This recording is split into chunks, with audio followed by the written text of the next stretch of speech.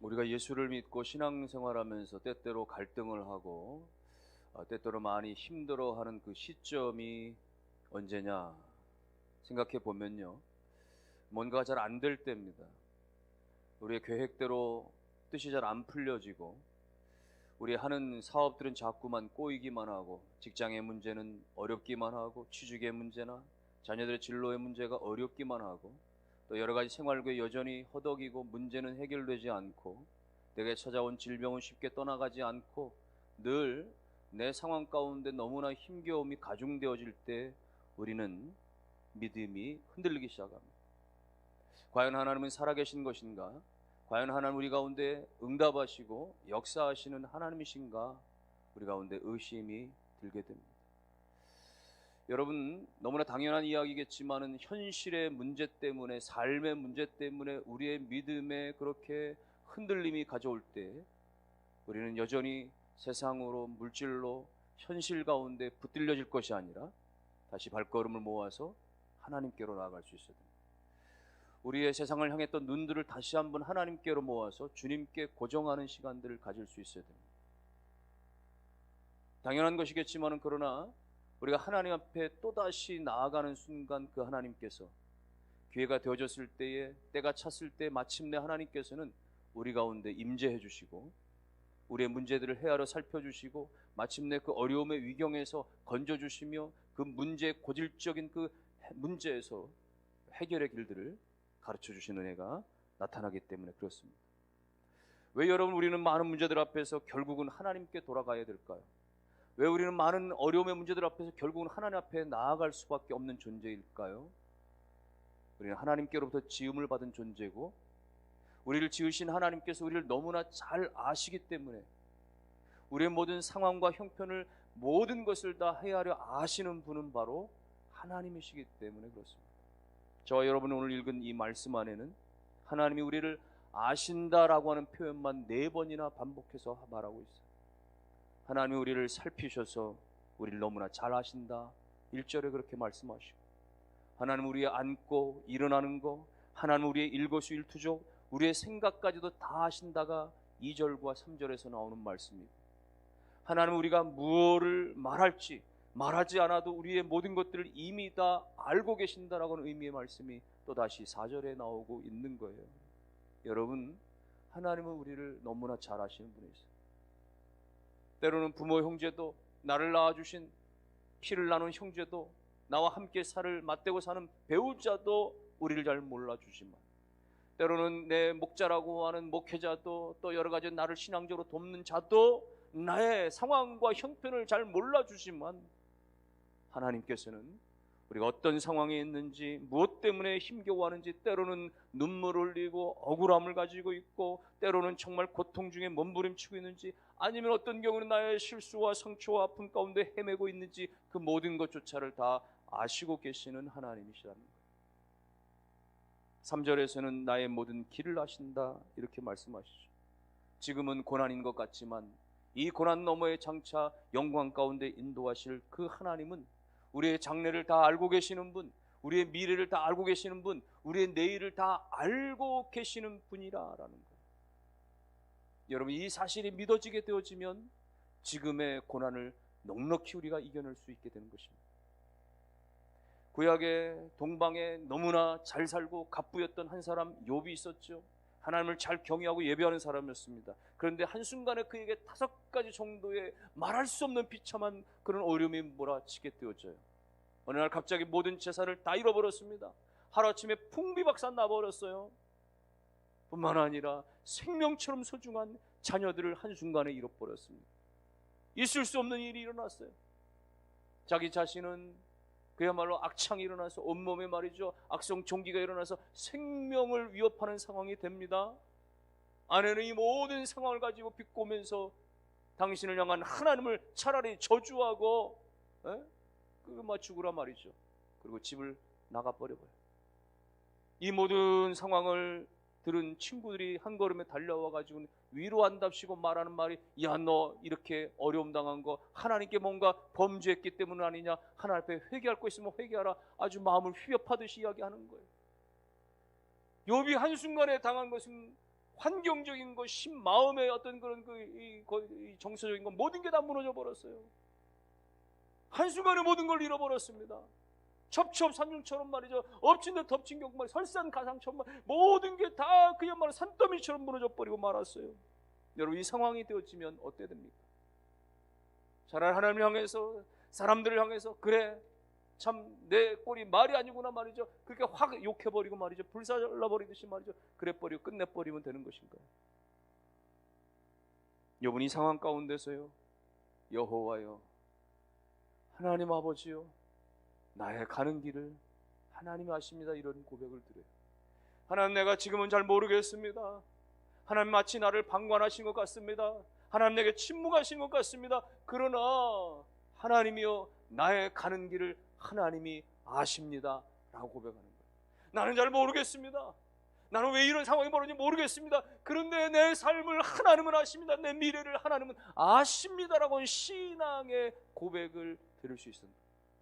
여러분, 그 신앙의 고백으로 마침내는 하나님께서 욥에게 찾아와 주시고 그의 눈을 떠주시고 마침내는 하나님을 체험하는, 그리고 신앙의 거듭남뿐만 아니라 모든 것 가운데 하나님께서 그렇게 배가의 은혜를 허락하시는 역사를 체험하게 되어지죠. 하나님은 저 여러분들의 모든 현실뿐만 아니라 미래까지도 알고 계신 하나님이심을 믿으시기를 주님의 이름으로 축원합니다. 이스라엘 백성들이 출애굽기에 보면은 말이죠, 애굽에서 얼마나 고역을 당합니까? 바로의 학제 가운데서 수많은, 평소보다 훨씬 더 강도가 높은 그런 노동력에 말이죠 시달리면서 매일같이 고통을 호소해요. 거기뿐만이 아닙니다. 출산하게 되어지면, 아들을 낳게 되어지면 바로는 이스라엘 백성들의 수를 줄여버리기 위해서 힘이 강대해지면 나중에 어떤 군사적인 반란이 일어날 수도 있으니까 남자아이들은 다 죽이라는 거예요. 그래서 말이죠, 나일강에 집어 던지라는 거예요. 100일이 되기 전에 다 집어 던지라는 거예요. 아니면 말이죠, 이 산파들을 통해서 태어날 때 아예 죽도록 만들라는 거예요. 여러분, 그러니 히브리 사람들의 입장에서는 말이죠, 사는 게 아닌 거예요.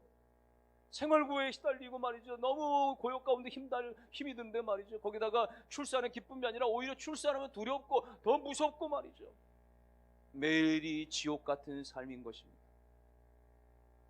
그런데 그들 가운데 하나님께서 뭐라고 말씀하시느냐? 출애굽기 3장 7절에는 이렇게 기록을 하고 있습니다.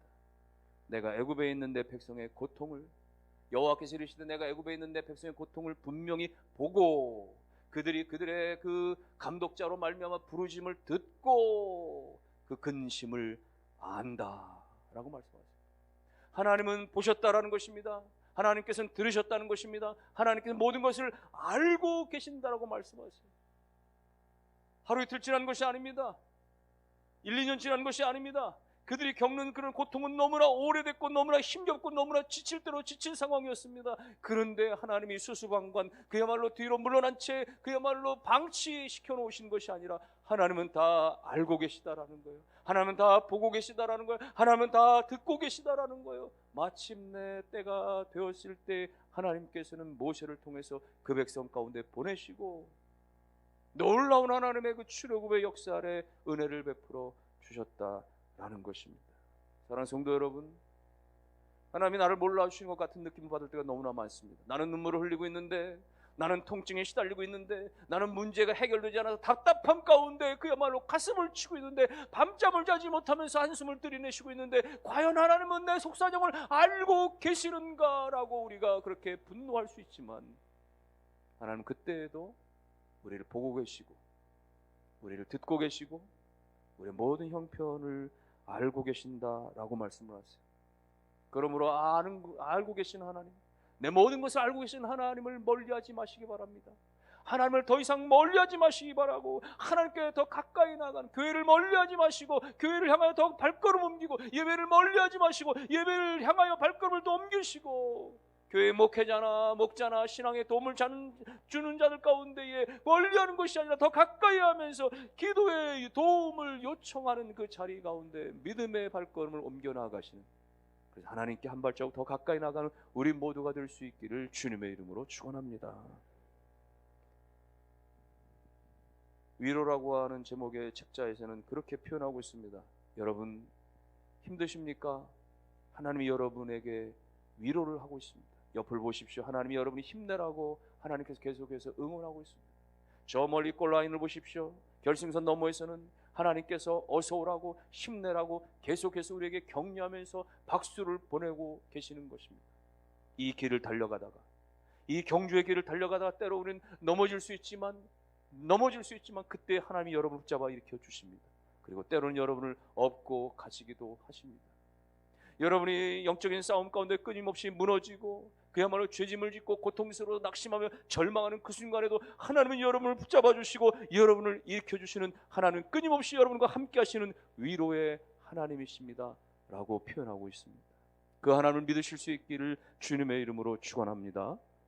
하나님, 우리를 아시는 하나님, 도대체 우리를 아신다라고 하시는 하나님은 얼만큼 우리에 대해서 아실 것인가?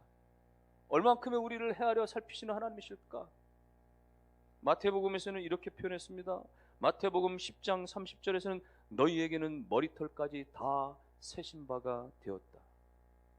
예, 우리의 머리카락을 말이죠, 하나하나 다 헤아리실 정도일 뿐이라는 거예요.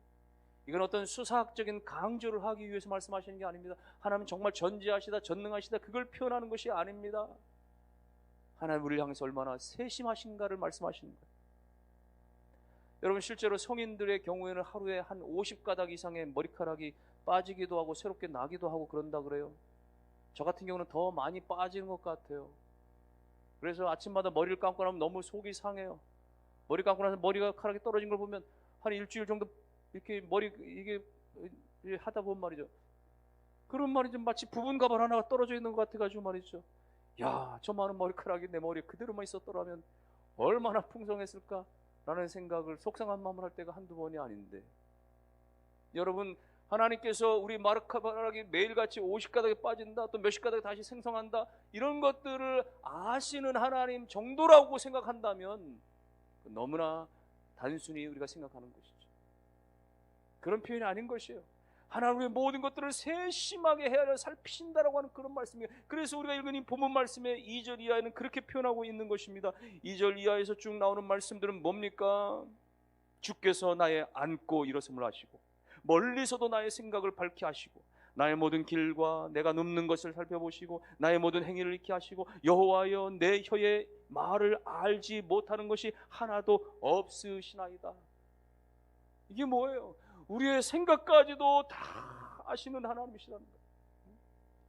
여러분, 머리카락 정도 헤아리시는 하나님, 그 정도가 아니라 우리가 무슨 생각하고 있는지 그 마음속 깊은 곳에, 여러분, 우리의 생각이 얼마나 천차만별하게 말이죠, 형형색색으로 말이죠, 얼마나 아침 저녁으로 실시각각 분초마다 우리의 마음이 얼마나 하늘 땅을 뒤엎으면서 그렇게 돌아다니고 말이죠, 우리의 마음이 얼마나 가지각색입니까? 그런데 그 모든 것들의 그 속 마음까지도 다 아시는 하나님이시라고 하는 것은, 머리카락 하나까지 다 세신다라고 하는 것은 무엇을 말하는 거예요? 하나님 우리를 너무나 집요하게, 하나님 오늘 우리 가운데 너무나 자세하게, 하나님 우리 가운데 너무나 그 모든 것들을 세밀하게 우리를 헤아려 살피시고 아신다라고 하는 말씀인 거예요. 그러니 그 하나님은 우리의 형편과 사정을 아실 수밖에 없고, 우리의 속상함도, 우리의 눈물도, 우리의 괴로움도, 우리의 밤잠을 설치면서 그렇게 뒤척이면서 한숨을 들이내시는 모든 것까지도 하나님은 다 알고 계시다라고 하는 사실인 것입니다. 그 하나님께서 때때로 우리 가운데 시련을 주시는 것은, 그 하나님께서 때때로 우리 가운데 고난과 고통을 주시는 것은 그것을 통하여 하나님을 더 가까이 만날 수 있도록, 하나님을 더 경험할 수 있도록 허락하시는 하나님의 손길인 거예요. 놀랍게도 인간들은요, 사람들은요, 시련이 없으면 하나님께 절실하게 나오는 방법을 알지 못합니다. 시련을 통해서, 역경을 통해서 놀랍게도 사람들은 하나님께 더 가까이 나아가고자 하는 마음들을 갖게 되어지더라는 거예요.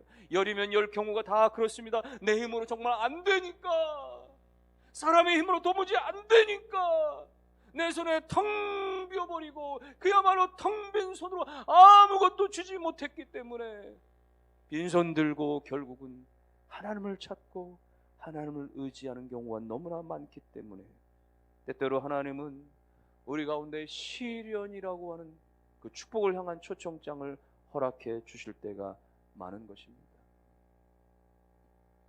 앞을 못 보는 맹인으로 그렇게 클라리넷을 가지고 그렇게 대학교 교수까지 되신 이상재 교수님이 있어요. 이분은 어릴 적 7살 나이 때 술래잡기 놀이 하다가 교통사고를 당하고 시력을 잃게 됩니다.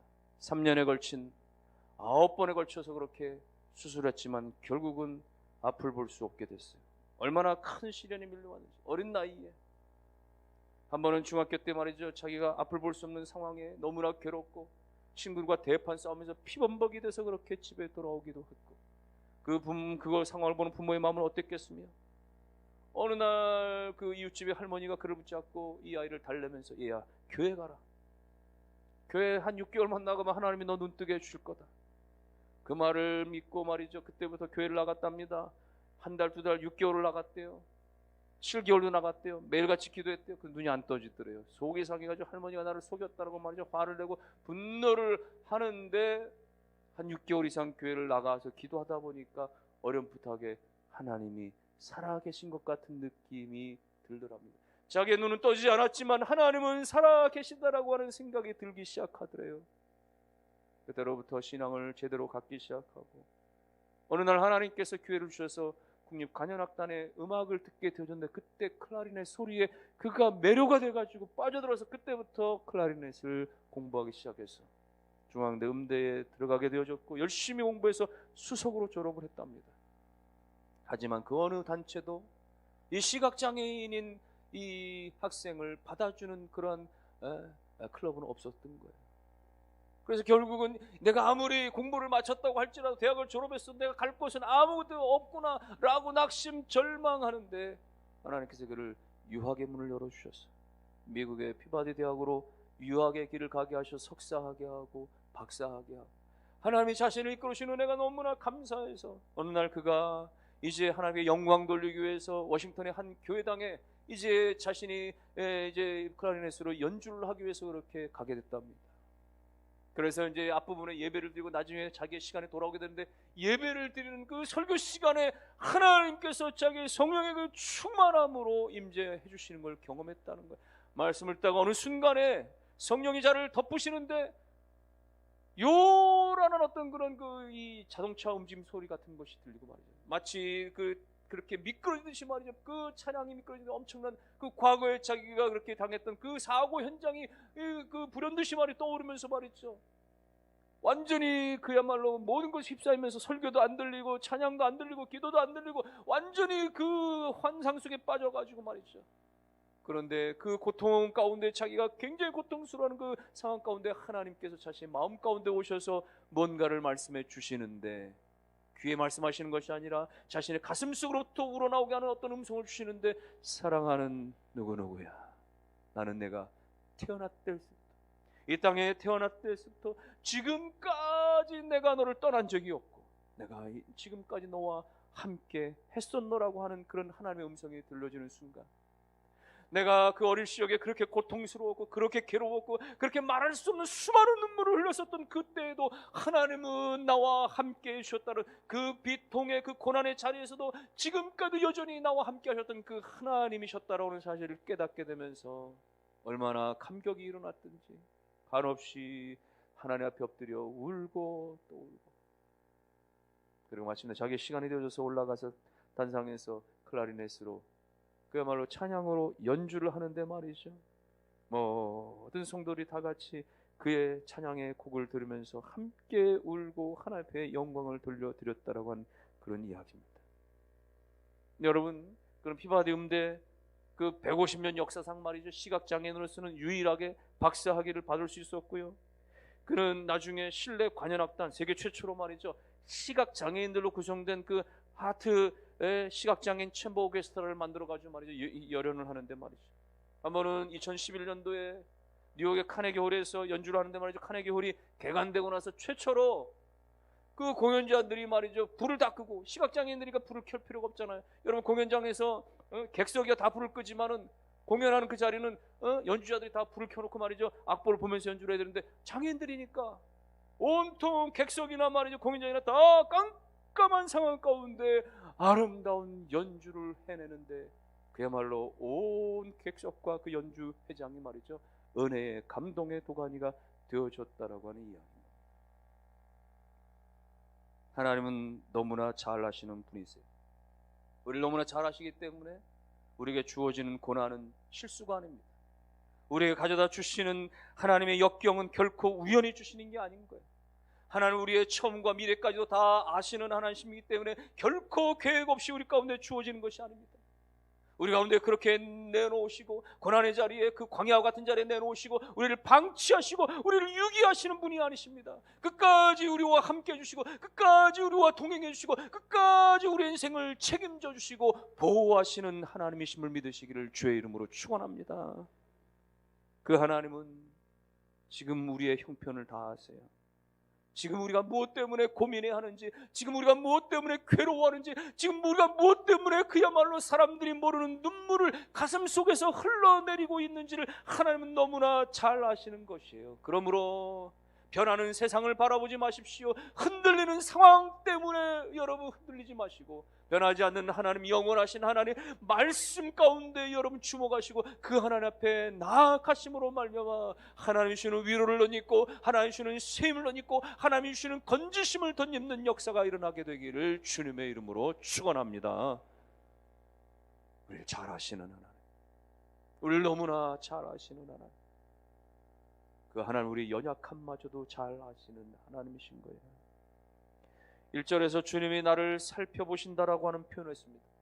헤아려서 살펴보시는 하나님. 2절에는 우리의 생각마저도 밝히 아시는 하나님이라고 표현합니다. 이런 표현들은 뭐예요? 우리의 감추어져 있는 것도 다 아신다라는 거예요. 우리의 덮어져 있는 것도 다 아신다라고 하는 거예요. 우리의 죄와 허물과 연약함마저도 다 이미 아시는 하나님, 다 알고 계시지만 우리의 부족함이 얼마나 많은지, 우리의 허물이 얼마나 많은지를 다 아시는 하나님이심에도 불구하고 여전히 하나님은 우리를 사랑하시는 하나님이신 거예요. 우리가 정말 볼품없는 아무것도 아닌 한 주먹의 흙덩이에 불과하다는 사실을 하나님은 너무나 잘 아세요. 우린 거친 번지를 하지만 우리의 속이 얼마나 회칠한 무덤과 같은 존재인지를 하나님 너무나 잘 아십니다. 때로는 정말 화려한 말이 나오는 것 같지만 우리의 말 속에 때로는 얼마나 악한 것들이 숨겨져 있는 것임을 너무나 잘 아시는 하나님이신 거예요. 우리가 하나님을 예배하고 찬양하는 것도 많이 있지만 그러나 우리의 때때로 하나님을 거부하고 거절하고 우리의 마음대로 악을 행하는 그 본성들이 감춰져 있는 것 하나님은 너무나 잘 아세요. 우리의 너무나 이중적인 모습들도 하나님 앞에 섰다가 세상을 향했다가 하나님의 영광을 돌렸다가 세상을 찬양했다가 그렇게 너무나 이중적인 우리의 모든 본성들을 다 알고 계시는 하나님, 그럼에도 불구하고 하나님은 우리를 향하신 하나님의 손길을 놓치지 않으시는 것이에요. 누가복음 15장의 탕자가 아버지에게 재산을 요구해서 떠나갈 때 아버지는 이미 알았어요. 그 아들이 지금은 그렇게 말썽을 부리고 그렇게 집을 뛰쳐나가지만 결국은 다시금 집으로 돌아올 것임을 그 아버지는 알았기 때문에 매일같이 동구박에 나가서 그 아들이 돌아올 때까지 기다릴 수 있었던 겁니다. 다 아시는 아버지. 어거스틴은 어렸을 때부터 너무나 허랑방탕했습니다. 매일같이 그렇게 술과 여자 가운데 살았습니다. 그를 통해서 얼마나 그의 부모는, 그의 어머니는 눈물의 세월을 살았는지 몰라요. 눈물의 기도를 그렇게 끊임없이 흘렸는지 몰라요. 그렇게 방탕하던 어느 날 어거스틴은 로마로 가겠다라고 이야기를 해요. 로마로 가면 더 비참하고 더 방탕할 거라고 염려되어진 그 어머니는 붙잡았지만 말로 했지만 뿌리치고 결국 로마로 떠나갑니다. 그런데 놀랍게도 하나님의 역사는 로마로 가서 그는 유명한 당대 교부 암브로시우스를 만나게 되어지고 거기서 삶이 거듭나게 되어집니다. 변화가 일어나게 되었죠. 33살 나이에 어거스틴은 이제 완전히 이제 기독교 개신교로 개종을 하고 그리고 그야말로 하나님 앞에서 하나님 말씀을 철저하게 묵상하며 수없는 연구 가운데 말이죠. 그럼 그렇게 신학적으로나 목회적으로나 모든 부분에 그야말로 성 어거스틴이라고 일컬어질 만한 위대한 당시의 최고의 교부로 거듭나는 인물이 되어지게 됩니다. 하나님은 그가 집을 뛰쳐나갈 때 그의 갈 길을 모르셨을까요? 하나님은 그가 로마로 도망칠 때 그의 삶을 모르셨을까요? 다 아셨지만 하나님 그의 삶의 미래를 다 아시기에 마침내 하나님의 그 범죄에서 벗어날 수 없고 하나님의 그 손끝은 벗어날 수 없는 것, 하나님의 그 계획과 섭리 가운데 반드시 그가 있다는 사실을 하나님이 이미 다 알고 계시는 하나님이신 거예요. 그 하나님은 오늘 저와 여러분들을 잘 아시는 하나님이신 것을 믿으시기를 바랍니다. 오늘 우리가 우리 자녀를 향하여 염려하고 걱정하지만 하나님께서는 우리 자녀들의 미래를 다 알고 계시는 하나님이심을 믿으시기를 바랍니다. 하나님의 손안에 있으니 하나님께 전적으로 맡기고 주님께 의지하는 그런 기도가 여러분 가운데 있게 되어지기를 주님의 이름으로 축원합니다. 맡기는 거예요. 의지하는 거예요. 그리고 하나님께서는 마침내 그렇게 주 앞에 돌아오는 자들, 하나님 앞에 나오는 자들을 마침내 다 받아주시고 환영하시고 그리고 회복시켜 주시고 은혜를 베풀어 주시는 하나님.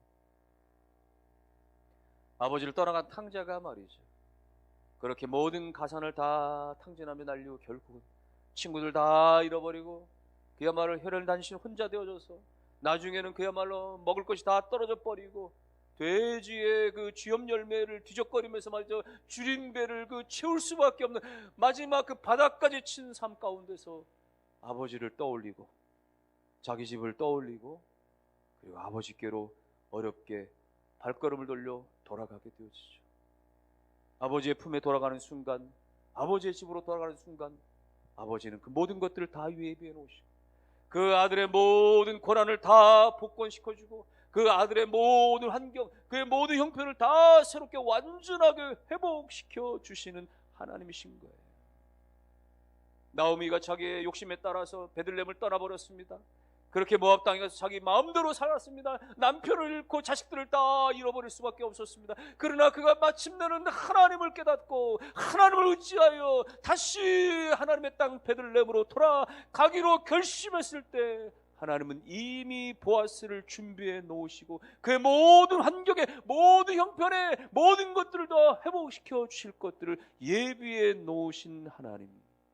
오늘 우리가 하나님만이 소망임을 믿고 하나님만이 우리 가운데 구주가 되심을 믿고 하나님만이 우리의 모든 것들을 책임져 주시는 하나님이심을 믿고 우리가 하나님 앞에 나아가기를 다짐하고 결단하는 순간 하나님이 이 모든 것들 다 예비해 놓으시고 다 새롭게 하실 것들을 준비해 놓으시는 알파와 오메가가 되시는 그 하나님을 믿으시고 하나님을 전적으로 의지하시는 저와 여러분이 다 되시고, 나를 잘 아시는 하나님, 나보다 나를 더 잘 아시는 하나님, 내 자녀보다 내가 자녀를 아는 것보다 내 자녀를 더 잘 아시는 그 모든 하나님 앞에 모든 것을 맡기시고 의지하시는 우리 모두가 다 되실 수 있기를 주님의 이름으로 축원합니다.